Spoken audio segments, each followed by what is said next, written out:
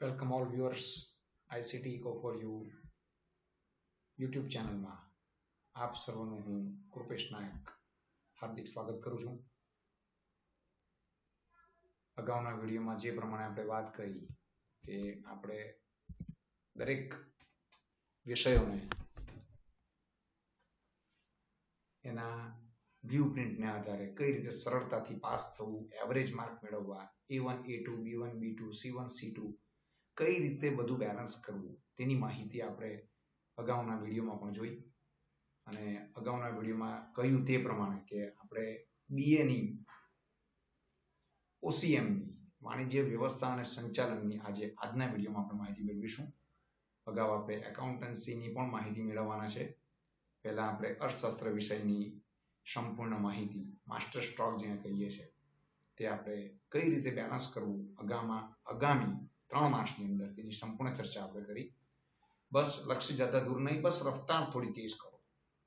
आज खामोशी से पढ़कर कल अपनी सफलता की कहानी लिखनी है. एक कदम सफलता की ओर आपको आज से बढ़ना है. કેવી રીતે આગળ વધવું? યાદ રાખજો, believe in yourself, you can do anything.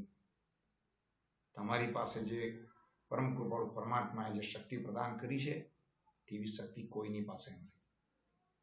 એક મગજથી તમે વિચારજો, માઇન્ડ સેટ કરજો કે 1 થી 11 ધોરણની અંદર આપણે ઘણી બધી પરીક્ષાઓ, ઘણી બધી સમસ્યાઓ, ઘણા બધા પ્રોબ્લેમ્સ અને ઘણા બધા ડિફિકલ્ટ વિષયને પણ પાસ કરી જો 12મા સુધી આવેલા હોય ને, તો 12મું એ માત્ર ને માત્ર પરીક્ષા નથી, એક ઉત્સવ છે.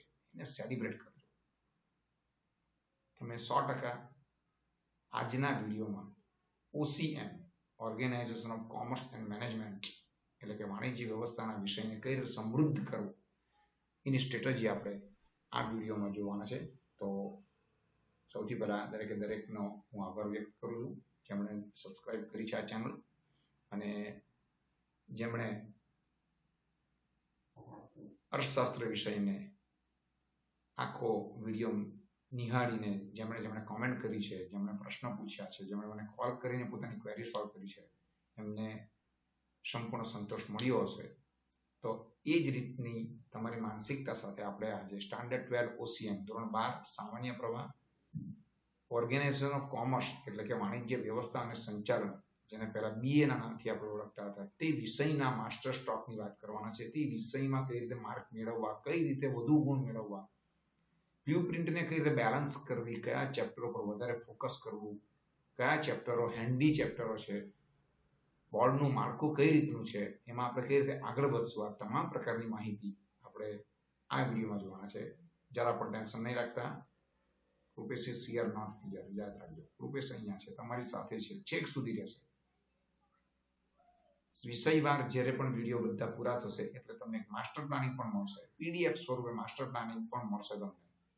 તો આજના વિડીયોમાં આપણે વાત કરીએ ઓર્ગેનાઇઝેશન ઓફ કોમર્સ, વાણિજ્ય વ્યવસ્થા અને સંચાલનના માસ્ટર સ્ટ્રોકની આપણે વાત કરીએ. આપણે અગાઉના વિડીયોમાં પણ આ વસ્તુ જોઈ છે, છતાં પણ એક જાણકારી માટે કે 12 કોમર્સના 7 વિષય મળીને 93 પ્રકરણ થાય છે. 10માં હોય તમારા કોઈ પણ બાળકો, આજુબાજુ તમારા વિદ્યાર્થીઓ કે તમારા ફ્રેન્ડ્સ, તો એમના 6 ચેપ્ટર મળીને 6 વિષય મળીને 123 પ્રકરણો થાય છે. જ્યારે 12 આર્ટ્સના 7 વિષય મળીને 106 પ્રકરણ થાય છે. પ્રકરણો વધારે છે, દિવસ પણ આપણી પાસે પૂરતા છે ને ખૂબ અગત્યની બાબત કે આપણી પાસે હવે પ્લાનિંગ છે, આયોજન છે, એટલે ગભરાવાની તો બિલકુલ જરૂર નથી. માત્ર તમને એક માસ્ટર પ્લાનની જરૂર છે. એ તમામ વિષયોના આપણે વિડીયો પૂર્ણ કરીને તમને એક પીડીએફ સ્વરૂપે માસ્ટર પ્લાન મોકલીશ કે જેથી કરીને તમે કયા વિષયને કેટલા દિવસોમાં કઈ રીતે મેનેજ કરશો, એ કલાકોમાં તમારે કઈ રીતે આખું મેનેજ કરવું છે, સંપૂર્ણ માહિતી એમાં તમને મળી જશે. તો વિડીયો અંત સુધી નિહાળજો. આજે આપણે વાત કરી લેવાના છે ઓસીએમ ના સબ્જેક્ટની. સારું પરિણામ લાવવા માટે વાતોથી નહીં પણ રાતોથી લડવું પડે. મહેનત એવી જબરજસ્ત કરો કે જે લોકો તમને કોન્ટેક્ટ લિસ્ટમાં રાખતા ન હતા તે એક દિવસ તમને ગૂગલ પર સર્ચ કરે.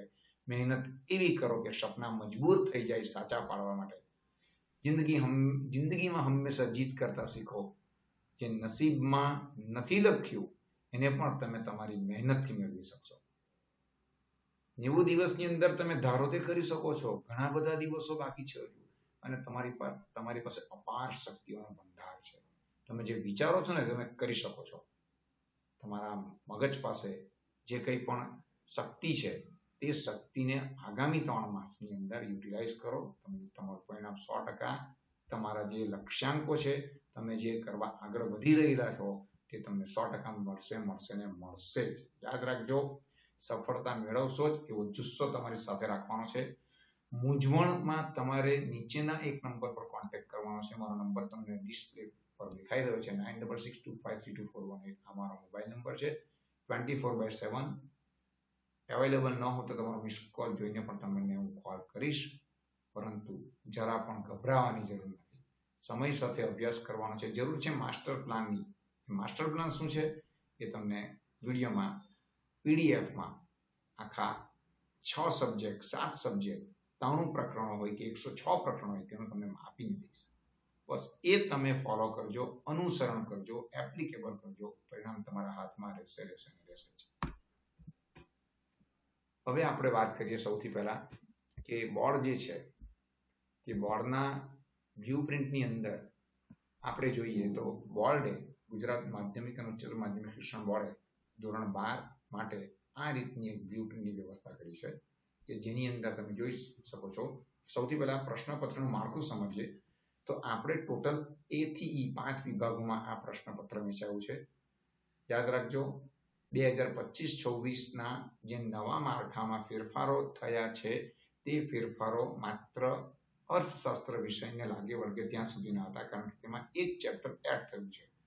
પરંતુ વાણિજ્ય વ્યવસ્થા અને સંચાર એટલે કે ઓશિયન સબ્જેક્ટને લાગે વળગે છે ત્યાં સુધી એમાં કોઈ ફેરફાર થયો નથી.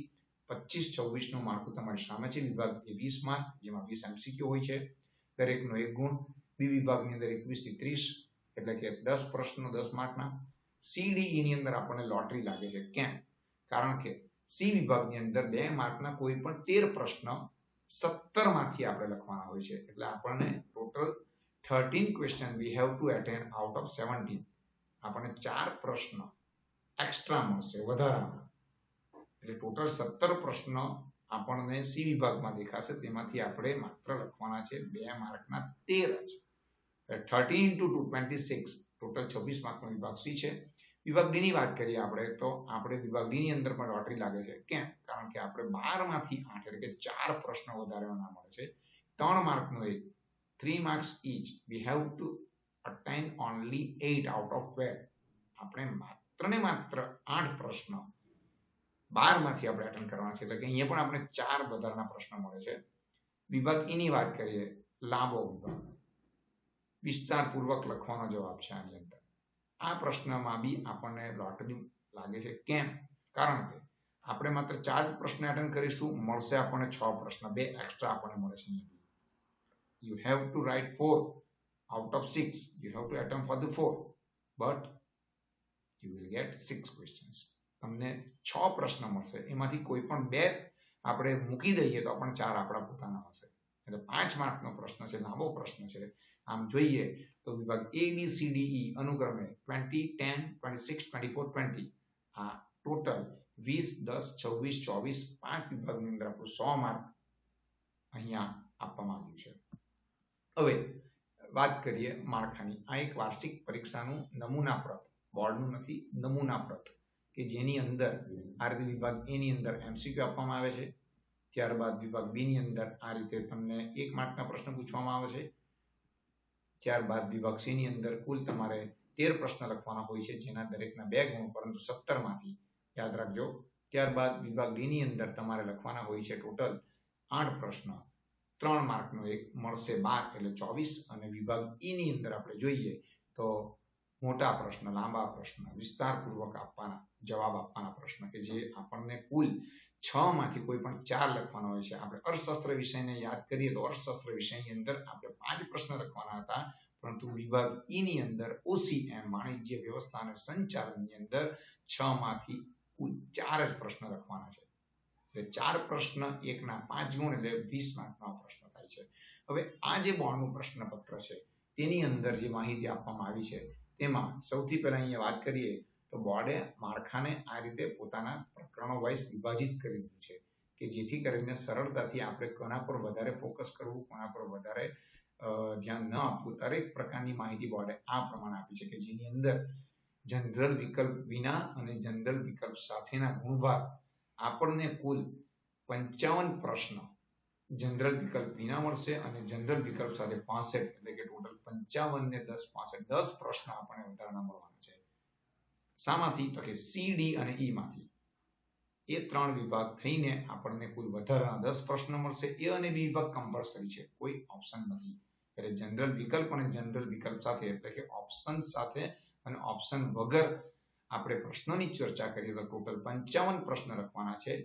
આપણે ઇકોનોમિક્સની અંદર ટોટલ 54 પ્રશ્ન લખવાના હતા, પરંતુ આપણે ઓસીની અંદર હવે 55 પ્રશ્ન લખવાના છે. કેટલામાંથી? 65 માંથી. પ્રકરણનું વેઇટેજ આપણે અહીં આપવામાં આવ્યું છે જનરલ વિકલ્પ વિના અને જનરલ વિકલ્પ સાથે, એટલે કે વિથ ઓપ્શન, વિધાઉટ ઓપ્શન. પેલું જે વિકલ્પ વિના એટલે કે વિધાઉટ ઓપ્શન, ને વિકલ્પ સાથે એટલે વિથ ઓપ્શન. ટોટલ 12 પ્રકરણોની ચર્ચા થશે. 12 પ્રકરણોમાંથી આપણને ટોટલ પ્રશ્નપત્ર 130 માર્કનું હશે, જેમાંથી આપણે લખવાનું છે 100 માર્કનું જ. પહેલું પ્રકરણ, બીજું પ્રકરણ, ત્રીજું પ્રકરણ, 12 પ્રકરણોના 10, 6, 7, 10 આ જે માર્ક અનુક્રમે આપણને દેખાય છે અહીંયા 15, 6, 12 જે જનરલ વિકલ્પ સાથે છે, આ માળખામાં રહીને 3 કલાકની અંદર આપણે OCM નું પેપર લખવાનું છે. હવે મુદ્દા પર આપણે આવીએ કે આ બધું તો છે, પણ આપણે કઈ રીતે આગળ વધીશું, આપણે કઈ સ્ટ્રેટેજી અપનાવીશું કે જેથી કરીને આપણને બોર્ડની અંદર સરળતાથી ટૂંક સમયની અંદર વધારે માર્ક મેળવી શકાય. તો સૌથી પહેલા યાદ રાખવાની બાબતો, ઓસીની અંદર જે પ્રશ્ન પૂછાય છે તે પ્રશ્નની અંદર ચેપ્ટર અહીંયા દેખાય છે તમને 1 2 3 4 5 6 to 11 ચેપ્ટર, આ તમને ચેપ્ટર દેખાય છે 1 to 12, બરાબર. ત્યારબાદ એ વિભાગની અંદર 20 પ્રશ્ન કમ્પલસરી, બી વિભાગની અંદર 10 પ્રશ્ન કમ્પલસરી. અહીંયા 13 લખવાના છે 17 માંથી, 13 out of 70, 8 out of 12, 4 out of 6, એટલે બધું મળીને લખવાના ગુણ 20, 10, 26, 24 અને 20 એટલે 100. તમારે ટોટલ 55 પ્રશ્ન લખવાના છે 65 માંથી. એ વિભાગની અંદર યાદ રાખો, પહેલા ચેપ્ટરમાંથી આ રીતે, બીજા ચેપ્ટરમાંથી આ રીતે, બી વિભાગની અંદર પહેલા ચેપ્ટરમાંથી આ રીતે, સી વિભાગની અંદર પ્રથમ ચેપ્ટરમાંથી આ રીતે.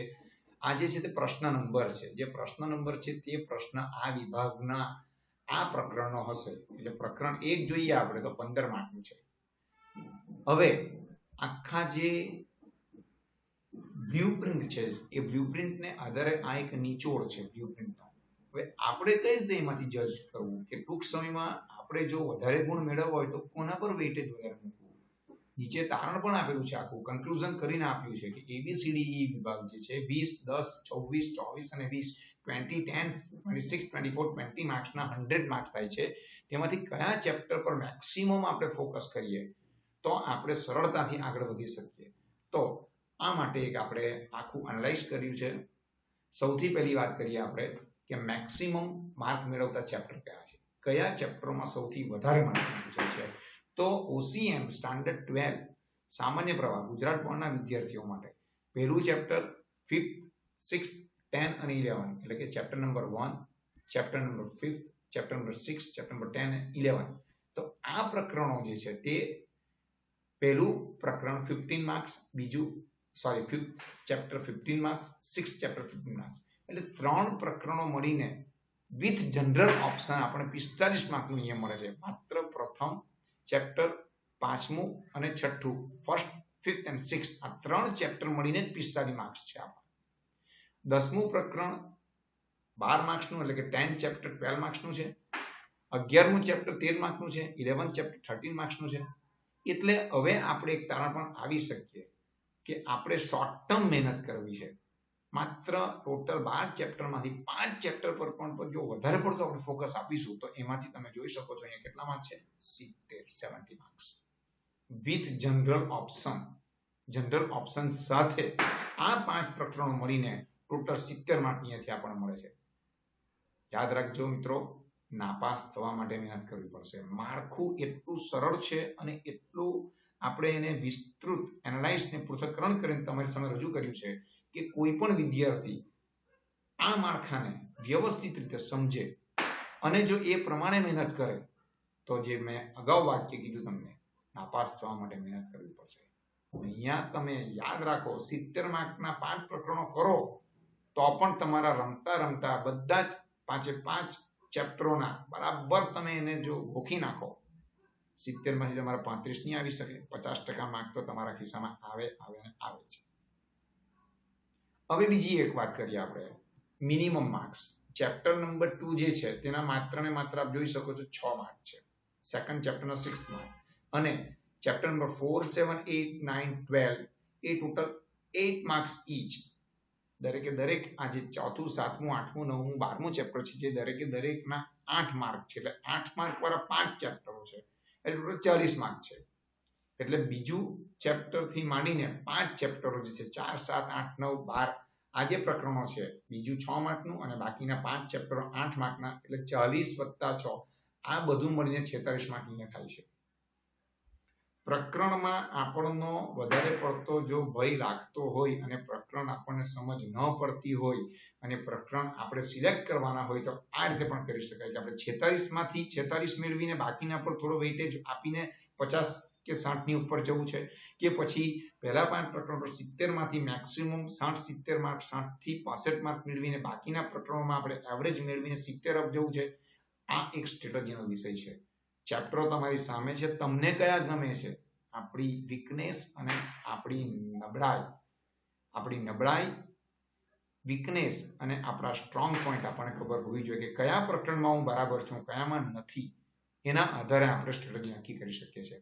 યાદ રાખજો, ત્રીજું આપણે એનાલિસિસ કર્યું છે which chapter is not for 3 marks. 3 mark માટેના કયા ચેપ્ટરો છે? તો ત્રીજું ચેપ્ટર, પાંચમું ચેપ્ટર અને છઠ્ઠું એટલે કે 3rd, 5th and 6th આ ચેપ્ટરમાં 3 માર્કના આવતા નથી. યાદ રાખજો, સ્માર્ટ વર્ક કરવાનું છે. હવે પછીના મંથની અંદર વિભાગ ડી ની અંદર કયા પ્રકરણોમાં આપણે નથી વાંચવાનું અથવા ઉપર વાંચવાનું છે તેનું પણ અહીંયા એનાલિસિસ છે. એ જ રીતે 1 માર્ક માટે એટલે કે સેક્શન બી ની અંદર 10 જ પ્રશ્ન પૂછાય છે. યાદ રાખજો, 10 જ પ્રશ્ન બી વિભાગની અંદર. 1 માર્કનો કોઈ ઓપ્શન નથી. તો બી વિભાગની અંદર ચેપ્ટર નંબર 2, ચેપ્ટર નંબર 4, 5 અને 6, chapter 2nd, chapter 5th, chapter 6th આ 4 ચેપ્ટર એવા છે કે જેમાં 1 માર્કનું પૂછાતું જ નથી. તો શા માટે 1 માર્ક માટે આપણે વધારે મહેનત કરવી? હવે which chapter for the 5 marks? કયા ચેપ્ટરોમાંથી 5 માર્કનું આવે છે? ઉપર આપણે ચર્ચા કરી કયા ચેપ્ટરો વધુ માર્ક વાળા છે, કયા ચેપ્ટર ઓછા માર્ક વાળા છે, કયામાંથી 3 માર્કનું પૂછાતું નથી, કયામાંથી 1 માર્કનું પૂછાતું નથી. હવે અગત્યનો મુદ્દો આવ્યો કે આપણે લાંબા પ્રશ્ન, લોંગ ક્વેશ્ચન્સ કે જેની અંદર ઘણી બધી તકલીફ પડે છે, મુદ્દા યાદ નથી રહેતા, ઘણા બધા મુદ્દા હોય છે ને બીએ નો વિષય, ઓસી નો વિષય એટલે મુદ્દાને યાદ રાખવાનો વિષય. આ મુદ્દાને યાદ રાખવા માટે આપણે જે 5 માર્કના ચેપ્ટરો જે છે તે ચેપ્ટર તમારી સામે છે. કુલ 4 જ પ્રશ્ન લખવાનો હોય છે એની અંદર 6 માંથી. તો 6 માંથી 4 પ્રશ્ન લખવા માટે અહીંયા આપણને ચેપ્ટર નંબર મળીએ છે 3, 5, 6 અને 11. આ 3, 5, 6 અને 11 માંથી આપણે 5 માર્કનું જ કરવાનું છે. બાકીના ચેપ્ટરોમાંથી એટલે કે પહેલું, બીજું, ચોથું, સાતમું, આઠમું, નવમું, 10મું, 1st, 2nd, 4th, 7, 8, 9, 10 આ ચેપ્ટરોમાંથી તો આપણે કોઈ પણ પ્રકારના 5 માર્કના પ્રશ્ન કરવાના જ નથી. અને બોર્ડની બ્લુપ્રિન્ટ પ્રમાણે જ પેપર નીકળતું હોય તો આ બાબતની આપણે ખાસ કાળજી રાખીશું કે જેથી કરીને દરેક પ્રકરણની અંદર જે લાંબા પ્રશ્નો છે તેને આપણે ઉપર જોઈશું, પરંતુ જેવું 3rd, 5th, 6th અને 11 નંબરનું ચેપ્ટર આવે કે તરત જ એની પર વધારે ફોકસ કરીશું, કારણ કે તેમાં લાંબા પ્રશ્ન પૂછાય છે, 5 માર્કના પ્રશ્ન પૂછાય છે, જેથી કરીને આપણે પૂરા માર્ક મેળવવાનો પ્રયત્ન કરીશું. હવે ફાઇનલ કન્ક્લુઝન, આ બધાના આધારે આપણે શું કરી શકીએ? 5 માર્કના આમાં પૂછાય, આમાં પૂછાતા નથી, સૌથી વધારે માર્ક્સ વાળા આટલા પ્રકરણો છે, 3 માર્કમાંથી આ પ્રકરણો નથી પૂછાતા, આ બધું આપણે જોયું. પરંતુ અંતે શું નિરાકરણ નીકળે, શું નિર્ણય પર આપણે આવી શકીએ? તો કયા ચેપ્ટરમાં આપણે સારા ગુણ મેળવી શકીએ? યાદ રાખજો, અહીંયા બહુ સરસ આપણે પૃથક્કરણ કરીને આપેલું છે. Chapter 1, 3, 4, 5, 6, 10, 11. Repeat again. Chapter number 1, chapter number 3rd, chapter number 4th, 5th, 6th, 10 and 11. આ ચેપ્ટરો એવા છે કે જેનું ટોટલ તમે જોઈ શકો છો કેટલું થાય છે 92 માર્ક થાય છે. કેમ? પહેલું ચેપ્ટર 15 માર્કનું છે, 15 marks. Third chapter 12 marks, fourth chapter 10 marks, 5, 6 each 15 marks, 10, 11, 13 અને 12 માર્ક્સ. તો બધાનો ટોટલ આપણે કરીએ તો કેટલો થાય છે? 92 માર્ક. ટોટલ 12 પ્રકરણોમાંથી 7 પ્રકરણો પર બી આપણે ફોકસ કરીશું તો આપણે 92 શું 92 માંથી આપણે 70 ની આજુબાજુ ન લાવી શકીએ. 5 પ્રકરણો પર એવરેજ મહેનત કરીએ અને આ 7 પ્રકરણો પર એવી રીતે મહેનત કરીએ કે આપણા માર્ક 70 અપ આવે ને આવે જ. અને કદાચ જો વ્યવસ્થિત જો મહેનત કરી નાખીએ 92 માંથી 19 નજીક જો પહોંચીએ તો બાકીના 5 ચેપ્ટર તમને 100 માર્ક સુધી પહોંચાડવાની પણ તાકાત રાખે છે. લાગે છે ને? આ પાસ થવા માટે મહેનત કરવી પડશે ચોક્કસ. પણ આ પ્રમાણેનું વાંચન તમારું હોવું જોઈએ. વિડીયો જોવાથી, સારા વાક્ય સાંભળવાથી માર્ક વધતા નથી. પાસ થવું સરળ છે, પરંતુ ટકાવારી લાવવી એક કળા છે. Best of luck to all my friends, dear students. You all can win in the board exam.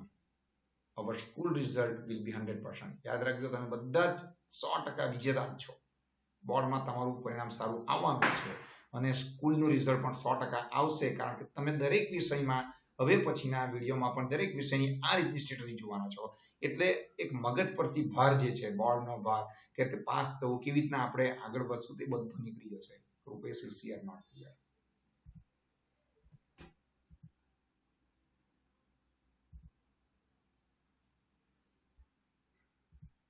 આ જ રીતે દરેક સબ્જેક્ટનું એનાલિસિસ મારી પાસે છે જ, પરંતુ ડીપમાં આપણે દરેક સબ્જેક્ટને સમજવાનો પ્રયત્ન કરીશું નવા વિડીયોમાં. તો આ તબક્કે આપણે એક વસ્તુ યાદ રાખવાની છે કે જ્યારે પણ આપણે વાંચન કરવા બેસીએ ત્યારે વાંચતી વખતે એક બાબતની કાળજી રાખવાની છે કે જે એનાલિસિસ કરીને આપણે બધું મૂકીએ છીએ તેમાં એક ડર હોય છે આપણને કે આપણે કઈ રીતે 33 માર્ક સુધી પહોંચીશું. આ ડરને દૂર કરવા માટેની ઘણી બધી ચાવીઓ આપણી પાસે છે, એનો ઉપયોગ કરજો. એ ઉપયોગ કરવા માટે હું તમને અત્યારે એક સ્લાઇડ બતાવું છું કે જેની અંદર બધું જ આવી જશે કે આપણને કઈ રીતે 33 માર્ક સુધી પહોંચી શકાય. કારણ કે આપણે એવું એક્સપેક્ટેશન રાખતા જ નથી કે તમે 33 માર્કે પાસ થાવ. અમે એવું વિચારીએ કે તમે ઉત્તરોત્તર સારી પ્રગતિ કરો, પરંતુ છતાં પણ કોઈકને હજુ પણ ડર હોય કે મારે કઈ રીતે પાસ થવું, હું કઈ રીતે 33 માર્ક સુધી પહોંચીશ. આ તમામ પ્રકારની માહિતી, આ તમામ પ્રકારનો ડર જો તમને સતાવતો હોય તો યાદ રાખજો, 33 માર્ક મેળવવા ખૂબ જ સરળ છે. 33 માર્ક મેળવવા માટે શું ધ્યાનમાં રાખવાનું છે, કઈ બાબતોને વધારે પડતી હાઇલાઇટ કરવાની છે, કઈ બાબતો આપણા માટે અગત્યની છે, કઈ બાબતો પર વધારે પડતું ફોકસ કરીશું, આ તમામ પ્રકારની માહિતી આપણે આ જ વિડીયોમાં લેવાના છે. યાદ રાખજો, આ વિડીયોની અંદર અંત ખૂબ જ અગત્યનો છે, કારણ કે એની અંદર આપણે એવું નથી ઈચ્છતા કે દરેકના 33 માર્ક આવે. આપણે એવું પણ નથી ઈચ્છતા કે દરેકના A1 આવે. છતાં પણ દરેક વિદ્યાર્થીની ક્ષમતા, દરેક વિદ્યાર્થીનું માઇન્ડસેટ અલગ હોય છે અને દરેક વિદ્યાર્થી એવું વિચારે છે કે ઘણું બધું હાર્ડ છે તો મારે ગમે તે રીતે 33 માર્ક સુધી કઈ રીતે પહોંચવું. આ દરેક ચિંતાઓ તમારે કરવાની નથી, કારણ કે અહીંયા તમારી પાસે આખું પ્લાનિંગ કરીને મેં આપેલું છે કે કેવી રીતે પાસિંગ માર્ક સુધી પહોંચવું.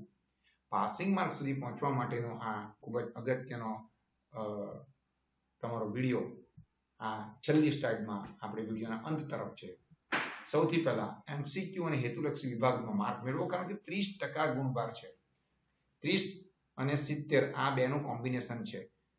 A અને B વિભાગની અંદર તમને ખબર છે કે E વિભાગ અને B વિભાગ એવો છે કે એમાં 70% થી તમારા 30% થી માર્ક તમારા 100 માંથી મળે. એનો મીનિંગ કે 100 ના 30% તમારા જે પેપરના માર્ક્સ છે તેના 70 થી 80% ગુણ બી તમે મેળવી લો તો યાદ રાખજો 21 થી 24 માર્ક તમારા ખિસ્સામાં છે. એટલે જ્યારે વાંચન કરતા હો ત્યારે યાદ રાખો કે મારે A અને B બરાબર મજબૂત કરવાના છે. એ જો મજબૂત થશે તો તમને 30 માંથી 21 થી 24 માર્ક, એટલીસ્ટ તમારા 20 માર્ક પણ આવે ને તો બાકી રહ્યા 13 માર્ક. CDE વિભાગના દરેક પ્રશ્નને પણ તમે ટચ કરો ને તો બી તમારા એ ગુણ તો તમને મળે છે. તમારી પાસે બ્લુપ્રિન્ટ હોવી જરૂરી. જો બ્લુપ્રિન્ટ ન હોય તો મોબાઈલ નંબર તમને તો પોતાના સ્ક્રીન પર દેખાય છે, આ નંબર પર કોલ કરજો 9662502418. મેસેજ કરજો, મારી પાસે પ્રાપ્ય તમામ PDF જે બોર્ડ દ્વારા પ્રકાશિત થઈ છે તે તમને આપવાનો પૂરો પ્રયત્ન કરીશ અને તેના આધારે તમારી માહિતી તમને સરળતાથી મળી શકશે. જે પ્રકરણમાં સમજ ન પડે છોડી દો, છેલ્લે વાંચો. એને વાંચવાની જરૂર નથી, કારણ કે આખું વર્ષ જો તમને એ સમજ ન પડી હોય તો છેલ્લા સમયમાં તમને સમજ પડવાની નથી. એમાં સમય ન બગાડો. તમને ગમતા પ્રકરણો એવી રીતે તૈયાર કરો કે એક પણ માર્ક ન કાપી શકે. યાદ રાખજો, વિષયોમાં આપણા પોતાના મનગમતા પ્રકરણો હોય છે. મનગમતા પ્રકરણો એટલે એવા પ્રકરણો કે જેમાં એક પણ માર્ક કોઈ પણ પેપર ચેકર કાપી ન શકે એવી મહેનત કરો. બીજી બાબત, 60 થી 70% ગુણ માટેના પ્રકરણોની પસંદગી કરો. આપણે આખા વિડીયોની અંદર કઈ રીતે 60 થી 70 ગુણવાળા પ્રકરણો છે એની પસંદગી મેં તમને બતાવી છે અગાઉની સ્લાઇડની અંદર, કે જેથી કરીને તમને ખબર પડી જ જશે હવે કે કયા પ્રકરણ મારે ટાર્ગેટેડ કરવાના છે. આ 60 થી 70 ગુણવાળા પ્રકરણો પસંદ કરજો, કારણ કે આપણે 33 માર્ક સુધી પહોંચવાનું છે. 100% વાંચવાનું નથી, તો શું કરવું તેની આપણે ચર્ચા કરેલા છે. આપણે એવી આશા રાખતા જ નથી કે કોઈ 33 સુધી પહોંચે. બધા 70, 80, 90 ને A1, A2 પર જ જાય. છતાં પણ આ વિડીયો નિહાળ્યા બાદ કદાચ 33 માર્ક મેળવવા, નાપાસ થવા માટે તમારે મહેનત કરવી પડશે એવું તમને ચોક્કસ લાગશે. ત્યારબાદ જે પ્રકરણો કઠિન હોય તેમાં સમય ન બગાડો. આગળ દરેક પ્રશ્ન લખવાનો પ્રયત્ન કરો. ખૂબ જ અગત્યની બાબત, પ્રશ્નપત્ર આખું લખજો. એક્ઝામિનેશન હોલની અંદર તમે જાઓ ત્યારે મગજમાં ઉપરવાળાને, તમારા પેરેન્ટ્સને યાદ રાખીને એક મેસેજ તમારા માઇન્ડને આપજો કે હું પૂરું પ્રશ્નપત્ર લખીશ. એ થી ઈ વિભાગના 54 પ્રશ્ન કે 55 પ્રશ્નો લખીને આવીશ. આટલું માઇન્ડ સેટ કરજો. ગમે તે તબક્કે ન આવડે તો બી એની જગ્યા છોડજો, પરંતુ પ્રશ્નપત્ર પૂરું લખવાનો પ્રયત્ન કરજો. જો તમે પ્રશ્નપત્ર પૂરું લખશો તો જ તમને 33 સુધી માર્ક મેળવવા માટે ચેકર કંઈક ને કંઈક કરી શકશે. મારે પાસ થવું છે એવો આત્મવિશ્વાસ રાખજો. આપણે મહેનત કરીએ છીએ, પેરેન્ટ્સ આપણી સાથે છે, આપણે પણ કોલેજમાં કે અગાઉની સ્ટડી માટે આ બધી મહેનત કરતા હોય છે. આ સંજોગોની અંદર આપણે જો વિચારશું, આત્મમંથન કરશું, માઇન્ડ સેટ કરશું કે નહીં, હું જે કરું છું તે મારે પાસ થવા માટે કરવાનું છે. આત્મવિશ્વાસ એવો કેળવજો કે જેવું રિઝલ્ટ આવે ઓનલાઈન, આપણે સામેથી કોઈને કોલ કરીએ કે ભાઈ તારું રિઝલ્ટ શું છે. એવું ન બને કે આપણે એકાદ બે વિષયમાં રેડ માર્કમાં, એનઆઈમાં, નીડ ઇમ્પ્રુવમેન્ટમાં, એટલે કે આપણું પરિણામ સારું ન આવે ને કોઈના ફોન આપણે કટ કરીએ, પરંતુ આપણું રિઝલ્ટ એવું આવવું જોઈએ કે આપણે સામેથી કોઈને કોલ કરીએ, ભાઈ તારું રિઝલ્ટ શું છે, હું પાસ થઈ ગયો છું. તો આત્મવિશ્વાસ કેળવજો. જે વિષયોમાં વધુ માર્ક આવે તેના પર વધારે ફોકસ કરો. યાદ રાખજો, 11-12 ની અંદર તમે ઘણા બધા વિષયો તમારા પોતાના હોય છે, પોતાના હૃદયના હોય છે. 12મામાં પણ જે વિષયોમાં વધારે માર્ક આવે છે તે વિષયમાં વધારે ફોકસ કરો, વધારે અંદર ઊંડા ઉતરો. એમાં વધારે માર્ક આવતો હોય તો હજુ વધે કઈ રીતે તેની પર મહાવરો રાખો, તેની પર ફોકસ કરો. કારણ કે કદાચ એકાદ સબ્જેક્ટમાં તમારી પરિસ્થિતિ બગડે, માર્ક્સ ઘટે, તો જે વિષયમાં વધારે માર્ક આવ્યા છે ને તેનું પણ બોર્ડ કન્સિડર કરીને એવરેજ માર્ક દ્વારા તમને કોન્ડોલેશનના ચાન્સ આપી શકે છે. પરીક્ષામાં પૂરા વિશ્વાસથી મુદ્દાસર સારા અક્ષરોમાં લખો. અક્ષર સારા હોવા જરૂરી છે, સુવાચ્ય અક્ષરોમાં હોવું જોઈએ. મરોડદારની વાત નથી, અક્ષરો સારા રાખજો, જેથી કરીને ખોટું પણ ઘણીવાર સાચું લાગી શકે. ખૂબ જ અગત્યની, તૈયારી ન કરીએ તેવા પ્રકરણોમાં તમને જે આવડે તે લખીને આવો. યાદ રાખો, મેં અગાઉ વાત કરી કે આખું પેપર પૂરું લખવાનું. આખું પેપર પૂરું લખવાનું ત્યારે તમને પ્રશ્ન થાય કે જવાબ નહીં આવડતો તો કેવી રીતના આખું લખવાનું. તમારી દલીલ પણ સાચી હશે કે મેં આ પ્રશ્ન તો વાંચ્યો જ નથી, પેપરમાં આવે તો સર કહે છે કે આખું પેપર લખો, કેવી રીતના લખી શકાય. તો યાદ રાખજો, આવડતું પહેલું લખવું, જે નથી આવડતું તમને ખબર તો હશે જ કે આ ચેપ્ટરનો આ પ્રશ્ન છે, પરંતુ મેં વાંચ્યો નથી, છતાં એને લાસ્ટમાં તમે એ ચેપ્ટરનું જે કંઈ પણ વાંચીને ગયા છે તે પણ થોડું લખીને આવો. પ્રશ્ન છોડતા નહીં. બની શકે એમાંથી એકાદ ખાલી જગ્યા, એકાદ ખરું ખોટું તમને યાદ રહી ગયું હોય, 1 માર્કનો તમને જવાબ કે યાદ રહી ગયો હોય, તમારી ડેફિનેશન તમને યાદ હોય અને કદાચ એની અંદર લખાયેલી હોય, તો પણ 100% તમને એમાં માર્ક મળવાની શક્યતા છે ને છે જ. એટલે તૈયારી ન કરી હોય તેવા પ્રકરણમાં જો પ્રશ્ન પૂછાય તો તમને આવડતો પ્રશ્ન પણ લખો, કે જેથી કરીને બાય ચાન્સ કંઈક સાચું પડે તો માર્ક આપણા જાય નહીં. જો તમે પુરવણી કોરી મૂકી દેશો તો તપાસના લાચાર થઈ જશે. મિનિમમ 90 માર્કનું લખશો તો 45 માર્કનું સાચું પડી શકે, તો જ 33 સુધી પહોંચી શકીએ.